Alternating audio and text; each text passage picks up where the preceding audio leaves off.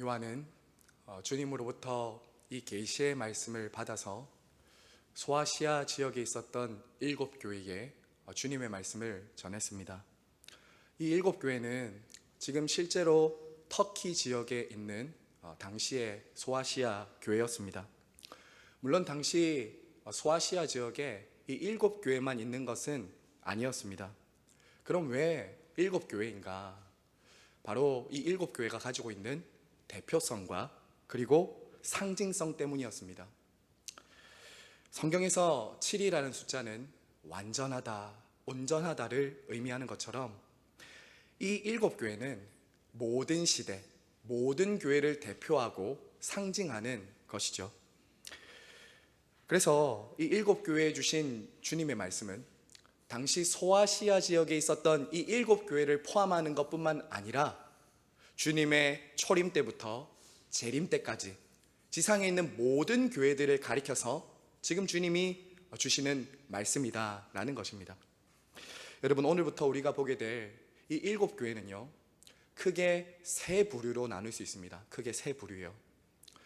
첫 번째 부류는 칭찬만 받았던 교회입니다. 두 번째는 칭찬과 책망을 받았던 교회입니다. 그리고 마지막은 책망만 받았던 교회가 있습니다. 주 안에서 사랑하는 성도 여러분, 이것을 통해서 우리가 먼저 기억해야 될 것이 있습니다. 주님은 이 땅에 있는 교회들과 성도들을 다 아신다는 것입니다. 이 땅에 있는 교회들과 성도들의 영적인 상태와 형편을 다 알고 계신다라는 것이죠.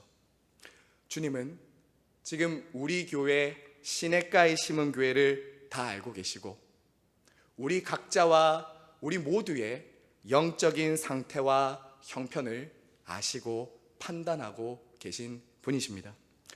이것은 우리에게 너무나도 큰 위로이면서 동시에 경고입니다. 위로이면서 동시에 경고예요. 주님이 나를 아신다, 우리 교회를 아신다라는 것은 위로이면서 동시에 경고입니다. 오늘 우리가 요한계시록 2장부터 이제 3장까지 쭉 보게 될 텐데요, 7교회를 향한 주님의 말씀이 항상 한 단어로 시작합니다. 원문에 보면 그 한 단어는 이것입니다. 내가 안다라는 단어예요. 내가 안다. 주님이 무엇을 알고 계십니까? 당신의 교회와 성도들이 당하고 있는 고난과 환난과 박해와 시험을 알고 계십니다. 주님은 또 무엇을 알고 계십니까? 저와 여러분이 이 땅에 있는 교회들이 인내하고 수고하고 선을 행하는 것 알고 계십니다. 그래서 때로는 여러분, 사람들이 몰라줘도 괜찮습니다. 그렇지 않습니까? 주님이 아시면 충분하지 않느냐라는 것이죠. 여러분, 사람들의 인정과 칭찬은 얼마나 자주 변하고 바뀌는지 모릅니다. 사람은 변합니다. 사람은 금방금방 사람들에 대한 평가와 인정과 칭찬은 없어질 수도 있는 것입니다. 여러분, 신앙생활의 핵심이 무엇입니까? 사람들이 나를 어떻게 보는가, 사람들이 나를 인정해 주느냐 칭찬하느냐가 중요한 것이 아니죠. 주님이 나를 알아주시면 그것으로 충분한 것이 신앙생활이다라는 것입니다. 여러분, 동시에 주님은 무엇을 아십니까? 우리 교회와 각자의 허물과 죄, 잘못도 알고 계십니다. 나 스스로에 대한 평가나 다른 사람의 평가가 중요한 것이 아닙니다. 우리에게 중요한 것은 무엇인가? 주님이 지금 나를 어떻게 평가하고 바라보고 계신가가 가장 중요한 것이에요. 우리는 얼마나 스스로 속기 쉬운지 모릅니다. 저와 여러분은 때로는 나 스스로에 대한 평가로 스스로 우쭐하고 만족하기도 하고요, 때로는 다른 사람들의 평가와 판단에 의해서 쉽게 주눅들고 쉽게 좌절할 때도 있습니다. 내가 이 정도면 됐지, 내가 그래도 저 사람보단 낫지 않겠어? 이런 어떤 판단과 자기 기준으로 스스로의 신앙과 다른 사람들의 신앙을 잘잘못을 따질 때가 있더라라는 것이죠. 하지만 성도 여러분, 신앙생활의 기준은요 나 나름의 기준이나 다른 사람들이 기준이 아닙니다. 우리는 항상 누구 앞에서 자신을 평가하고 바라보아야 합니까? 바로 주님의 절대 평가 앞에서 스스로를 바라보고 판단해야 하는 것이죠. 그래서 이 특세 기간 동안 우리는 이 7교회를 살펴보면서 여쭈어 보아야 합니다. 이것을 여쭈어 봐야 됩니다. 주님이 지금 우리 교회를 어떻게 평가하고 판단하고 계실까? 지금 우리 교회는 어떤 부분을 잘하고 있고 어떤 부분은 지금 잘못하고 있는가? 지금 내 신앙생활에 있어서 주님이 칭찬하시는 것은 무엇이고 나를 지금 경고하고 책망하시는 부분은 무엇인가? 우리는 이것을 동시에 주님이 아신다라는 이 한마디 속에서 들어야 하는 것이죠. 이번 특별 새벽기도회를 통해서 우리 교회와 각자를 가장 잘 아시고 사랑하시는 주님의 음성을 듣고 돌이켜서 칭찬받는 교회와 성도들 다 되시길 간절히 바라고 축복합니다. 자, 여러분, 오늘 우리가 읽었던 이 에베소 교회의 가장 큰 특징은 이것입니다. 바른 교리와 바른 말씀에 정통했다는 것입니다. 바른 말씀과 바른 교리에 정통한 교회가 에베소 교회였습니다. 여러분, 그도 그럴 것이요, 이 에베소 교회의 가장 큰 특징이 있다면 굉장히 탁월한 목회자들이 목회를 하고 지나간 교회라는 거예요. 이 에베소 교회는 굉장히 초대교회에 걸출했던 지도자들이 목회를 하고 지나간 교회입니다. 여러분, 이 에베소 교회는요, 사도행전에 보면 사도 바울이 개척하고 3년을 목회했던 교회였습니다. 바울이 목회한 이후에는 누가 그 목회를 이어갔습니까? 디모데가 이어갔습니다. 그리고 심지어는 이 지금 에베소 교회를 향해 편지하고 있는 요한, 반모섬에 지금 있는 이 요한도 에베소 교회에 목회를 했었습니다. 여러분, 이처럼 초대교회에 걸출했던 바울, 요한, 디모데와 같은 이 탁월한 지도자들이 목회했던 교회라면 무엇이 가장 탁월하고 분명했겠습니까? 바로 말씀과 신앙과 전통에 있어서는 굉장히 탁월한 남다른 교회가 이 에베소 교회였던 것이죠. 오늘날로 말하면 탁월한 말씀의 사역자들로부터 말씀을 바르게 배우고 성경 공부를 하고 성경에 대한 진리와 지식을 잘 정리가 되어서 영적인 분별력이 있는 교회, 2단이 오든 3단이 오든 분별할 수 있는 교회가 바로 에베소 교회였다는 것이죠. 여러분, 그래서 에베소 교회는 당시 만연했던 우상 숭배, 황제 숭배를 거부했고요. 그리고 우리가 조금 후에 보겠지만 이단들을 분별하고 영적인 순수성을 지킨 교회가 에베소 교회였습니다. 자, 그런데 우리가 먼저 볼 것은 이것입니다. 이런 에베소 교회에 주님이 어떤 모습으로 지금 나타나고 계신가라는 거예요. 자, 우리 1절 말씀 다 같이 한번 읽겠습니다. 1절 시작. 에베소 교회의 사자에게 붙잡고 7 금촛대 사이를 거니시는 이가 이르시되. 자, 여러분, 우리가 7교회 볼 때마다 7교회에 등장하는 주님의 모습을 잘 주목하셔야 됩니다. 오늘 이 에베소 교회에 주님이 어떻게 등장하시냐면요, 오른손에 7별을 붙잡고 7 금촛대 사이를 거니시는 분으로 등장하고 있습니다. 여러분, 바로 2장 앞에 보시면 1장 20절에 이 7별과 7 금촛대가 무엇을 의미하는지 말해주고 있습니다. 그것이 무엇인지요? 7별은 7 교회의 사자입니다. 7 교회의 사자는 교회 지도자들을 의미하는 것입니다. 7 금촛대는 교회를 의미하죠. 7 교회를 의미하는 것입니다. 자, 여러분, 지금 주님은 바로 7별 교회의 지도자들을 당신의 오른손으로 딱 쥐고 붙잡고 계십니다. 여러분, 오른손은 성경에서 오른쪽, 이것은 권능과 권세를 가리킵니다. 권능과 권세요. 주님이 지금 오른손으로 딱 7별을 붙잡고 계시다는 것은 당신의 권능과 권세로 교회의 지도자들을 붙잡고 계시다라는 것이죠. 그리고 7 금촛대 사이를 거닐고 계시다는 것은 주님의 임재와 주님의 영광이 교회의 구석구석 임하고 있다라는 것을 알려주는 표현입니다. 여러분, 여기서 우리는 먼저 교회의 교회됨이 무엇인가를 여기서 볼 수 있습니다. 교회의 교회됨이 무엇일까요? 교회의 핵심이 무엇인가? 그것은 교회의 교회됨은 사역자들의 손에 달린 것이 아닙니다.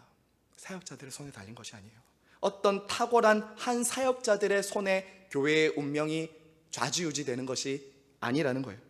바울, 디모데, 요한, 아무리 그처럼 탁월한 사역자들이라 할지라도 교회는 그들의 손에 있는 것이 아니라 그들을 오른손으로 딱 붙잡고 계시는 주님의 손 안에 있다는 것이죠. 이것입니다. 사랑하는 성도 여러분, 아무리 탁월한 사역자라도 그가 주님의 권능의 오른손에 붙잡힐 때만 의미가 있고 교회를 올바로 다스릴 수 있는 것이죠.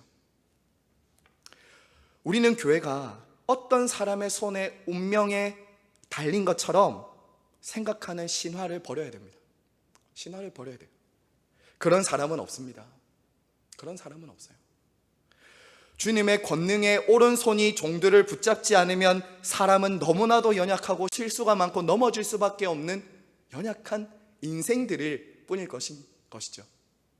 얼마나 우리가 교회의 지도자들이 자주 넘어지고 실수함으로 실망시키는 것을 많이 봅니까?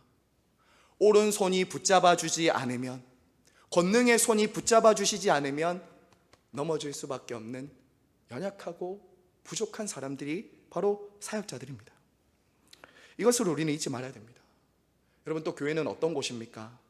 교회는 주님이 친히 구석구석 다니시는 임재와 주님의 주인됨이 가장 잘 드러나는 곳입니다. 여러분, 교회는요, 주님의 주인 되심이 가장 선명하게 드러나야 돼요.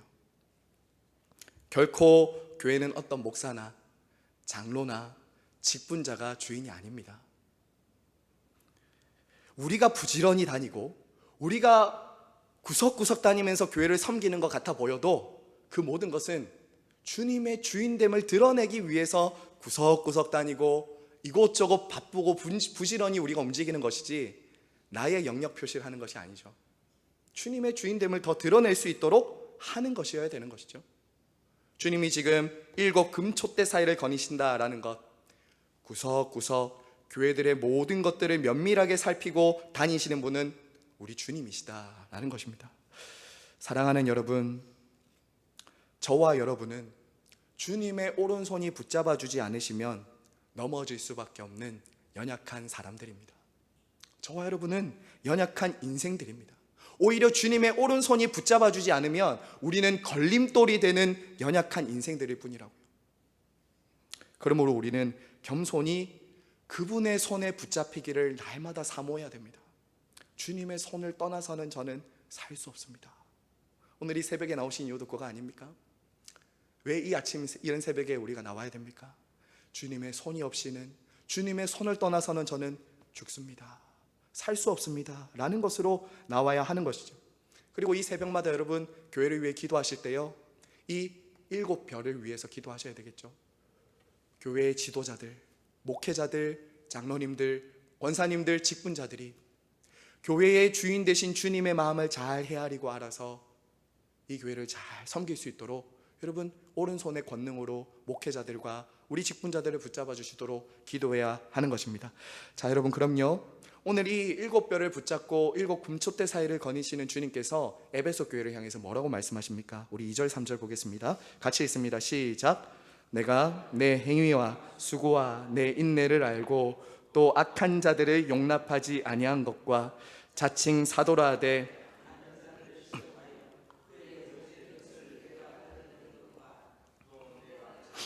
내 이름을 위하여 견디고 게으르지 아니한 것을 아노라. 자, 여러분, 주님은 먼저 내가 너의 행위와 수고와 인내를 안다고 에베소 교회를 칭찬하고 계십니다. 여러분, 당시 에베소 교회를 포함한 이 소아시아 지역, 이 지역은요 굉장한 로마의 박해를 받고 있던 시기였습니다. 그 중에서도 에베소 역사를 한번 이렇게 보니까요, 황제 숭배의 본거지와도 할 수 있는 곳이 바로 이 에베소였습니다. 수많은 종교와 황제를 숭배하는 신전이 있었습니다. 그러니까 이곳에서 공개적으로 나는 가이사가, 황제가 주가 아니라 예수가 주라고 공개적으로 믿는다라는 것은 박해와 핍박을 자초하는 것이었습니다. 여러분, 그럼에도 불구하고 에베소 교회의 행위는 어떻다라고 말하죠? 수고하고 인내했다라고 말합니다. 수고하고 인내했습니다. 그리고 에베소 교회 2절을 한번 보시죠. 자칭 사도로 하되 아닌 자들을 시험하여 거짓을 드러냈다라고 합니다. 6절에 보면 니골라당의 행위를 미워했다라고 말하죠. 니골라당은 우리가 나중에 또 볼 것이기 때문에 오늘은 자세하게 설명하진 않지만, 이처럼 에베소는요, 바울과 요한과 디모데와 같은 탁월한 말씀의 사역자들로부터 배우면서 이 바른 신앙, 바른 말씀 기초 위에 딱 서서는 다른 이단들을 분별할 수 있는 그런 교회였던 것이죠. 수많은 이단들이 와서 공격했지만 이 에베소 교회는 흔들 수 없었다라는 거예요. 여러분, 이것만 해도 참 훌륭하지 않습니까? 그런데 주님이 하나 더 칭찬하십니다. 우리 3절 한번 보시면 주님이 에베소 교회를 칭찬하시면서 내 이름을 위해서 견디고 게으르지 않았다라고 합니다. 수고도 했고요, 인내도 했는데 누구 이름 때문에 했냐면 자기 이름을 내세우려고 하지 않았다는 거예요. 주님의 이름 때문에 이 모든 일을 견디고 열심을 냈다는 거죠. 여러분, 참 훌륭한 교회 아닙니까? 이 정도면 정말 칭찬받을 수 있는 교회라고 할 수 있을 것입니다. 그래서 주님은 이 에베소 교회의 모습을 먼저 칭찬하시는 거예요. 내가 너의 수고도 안다. 내가 너의 인내도 안다. 네가 열심히 게으르지 않은 것도 안다. 네가 말씀도 바르고 신앙도 바르고 진리와 전통을 수호하고자 한 것도 안다. 잘했다. 내 이름을 견딘 것도 참 잘했다. 자, 그런데 여러분, 이처럼 훌륭한 칭찬과 인정을 받았던 에베소 교회를 향해서 주님이 이어서 책망을 하십니다. 자, 여러분, 4절 말씀 우리 같이 한번 읽겠습니다. 4절입니다. 시작. 그러나 너를 책망할 것이 있나니 너의 처음 사랑을 버렸느니라. 여러분, 에베소 교회는 바른 진리도 가지고 있었고 바른 전통도 가지고 있었고 신앙도 가지고 있었고 인내도 하고 열심히 수고한 교회였지만 한 가지 잃어버린 게 있었습니다. 그것은 바로 처음 사랑이었습니다. 처음 사랑. 여러분, 겉으로 보면 예전과 똑같이 예배드리고 있습니다. 예전과 똑같이 이단을 분별하고 있고요, 이전과 똑같이 열심히 게으르지 않고 교회 일을 하고 있고 봉사를 하고 있습니다. 하지만 주님이 보시기에는 뭐가 빠졌다는 겁니까? 겉으로 볼 땐 다 똑같은 일을 하고 있습니다. 그런데 무엇이 빠졌냐면요, 그 마음 안에 있는 주님 보시기에는 의무감이 할 뿐 사랑이 빠졌다는 거예요. 사랑이 없다는 거예요. 하나님과 이웃에 대한 사랑이 빠져 있다라는 것이죠. 그래서 이 에베소 교회의 특징이 무엇인가? 바로 사랑 없는 정통주의입니다. 사랑 없는 정통주의. 주님은 지금 그걸 지적하는 것이죠. 주님께서 지금 에베소 교회를 향해서 너의 처음 행위를 가지라고 하고 있죠. 이 처음 행위, 무엇을 말하는 것입니까? 이 처음 행위는 이것입니다. 그들이 주님의 사랑에 감격해서 감사해서 했던 그 처음 행위는 아니라는 거예요. 지금 똑같이 행위는 하고 있지만 처음 행위는 아니에요. 주님의 사랑에 가슴 뜨거워서 주님이 나를 사랑하신다는 그 가슴, 그 깊은 사랑에서 우러나오는 그 사랑에서 하는 행위는 아니다라는 것이죠. 겉으로 보면 예전과 똑같은 일을 하고 있지만 껍데기만 남아있는 그런 신앙생활을 하고 있었던 것입니다. 사랑하는 성도 여러분, 기독교 신앙에 있어서 바른 진리 못지않게 중요한 것은 바로 사랑입니다. 사랑입니다. 성경에서 가장 중요한 강령이 무엇입니까? 하나님을 사랑하고 이웃을 사랑하라 라는 것이죠. 하나님 사랑하고 이웃 사랑하는 것이 가장 중요한 것입니다. 그리고 이 둘은 때려야 뗄 수가 없습니다. 하나님을 사랑한다라는 것은 이웃을 사랑하는 것으로, 형제를 사랑하는 것으로 나타나야 되고요, 형제를 사랑하는 것은 하나님을 사랑하는 그 뿌리로부터, 근원에서부터 나오는 것이기 때문에 이 둘은 때려야 뗄 수가 없습니다. 그런데 에베소 교회는 지금 그 사랑을 잃었다는 것입니다. 더 이상 하나님을 향해서, 이웃을 향해서 심장 소리가 안 들리는 거예요. 사랑이 식었습니다.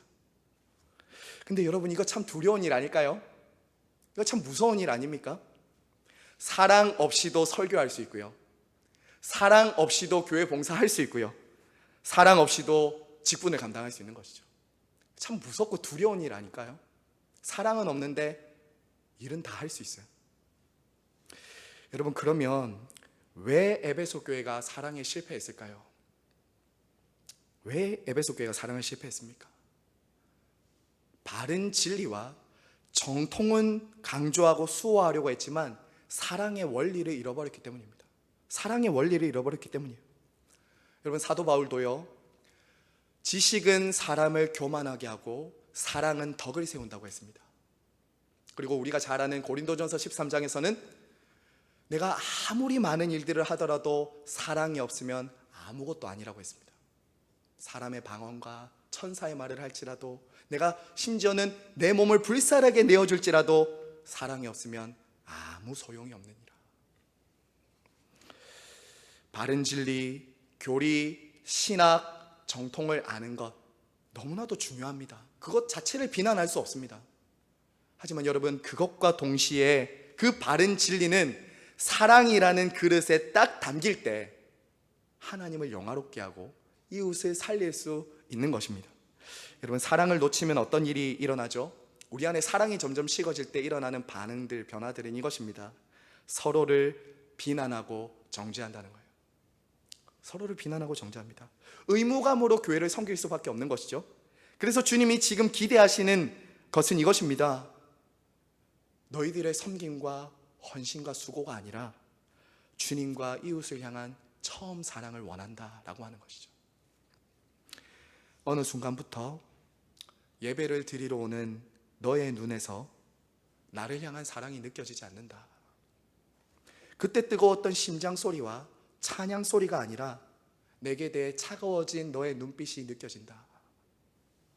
사역은 열심히 하고 있는 것 같은데 사랑과 감격에서 나오지 않는 너의 섬김에 지쳐 있는 것이 보인다. 어느 순간부터 교회 공동체 안에서 곁에 있는 지체를 향해서 사랑 없이 가시돋친 말을 하고 미워하고 판단하고 있는 너의 모습이 보인다. 그러므로 어디서 떨어졌는지를 기억하고 회개하여 처음 행위를 가지라. 주 안에서 사랑하는 성도 여러분, 여러분은 주님과의 첫사랑의 때를 기억하고 계십니까? 여러분은 언제 주님을 처음 만나셨고 그 주님의 사랑을 깊이 경험한 그 첫사랑의 때가 언제십니까? 하나님께서 나 같은 사람을 사랑하셔서 찾아와 주시고 나의 그 수많은 죄와 허물에도 불구하고 나를 끝까지 사랑하신다는 그 아버지 하나님의 사랑 때문에 눈물 흘리며 감격했던 때가 언제십니까? 그 시간과 자리는 어디셨어요? 혹시 지금 영적인 권태기, 영적인 안구건조증에 걸려 계신 분들은 혹시 있진 않으십니까? 여러분, 그리고 한번 생각해 보세요. 여러분이 주님과의 첫사랑의 때를 교회를 어떻게 섬겼는지 한번 생각해 보세요. 그때는 누가 시키지 않아도 했습니다. 누가 이것저것 시키지 않아도 내가 어떻게 하면 교회를, 주님을, 사랑을 표현할 수 있을까 해서 여러분은 그렇게 교회를 섬기셨을 겁니다. 교회를 위해서 내가 무엇을 할 수 있을까? 그리고 그 주님과의 첫사랑에 빠졌을 때는 다른 사람들의 잘못이나 죄가 잘 안 보여요. 다른 사람의 잘못을 보지 않는다라는 겁니다. 그리고 그 사람을 따뜻하게 품어냈지 않았습니까? 하지만 지금은 어떻습니까, 여러분? 여전히 그 사랑이 저와 여러분 안에 있어서 교회를 섬기고 서로를 대하고 있다라고 말할 수 있습니까? 정말 그 심장 소리가 여러분 살아계십니까? 그러므로 만약 그렇지 않다면 여러분 스스로에게 질문하셔야 됩니다. 이제 기도의 자리로 나아갈 텐데요, 이 질문을 하고 반드시 여러분들은 오늘 이 기도의 자리에서 주님과의 첫사랑을 회복하셔야 됩니다. 나는 어디서부터 떨어졌는가?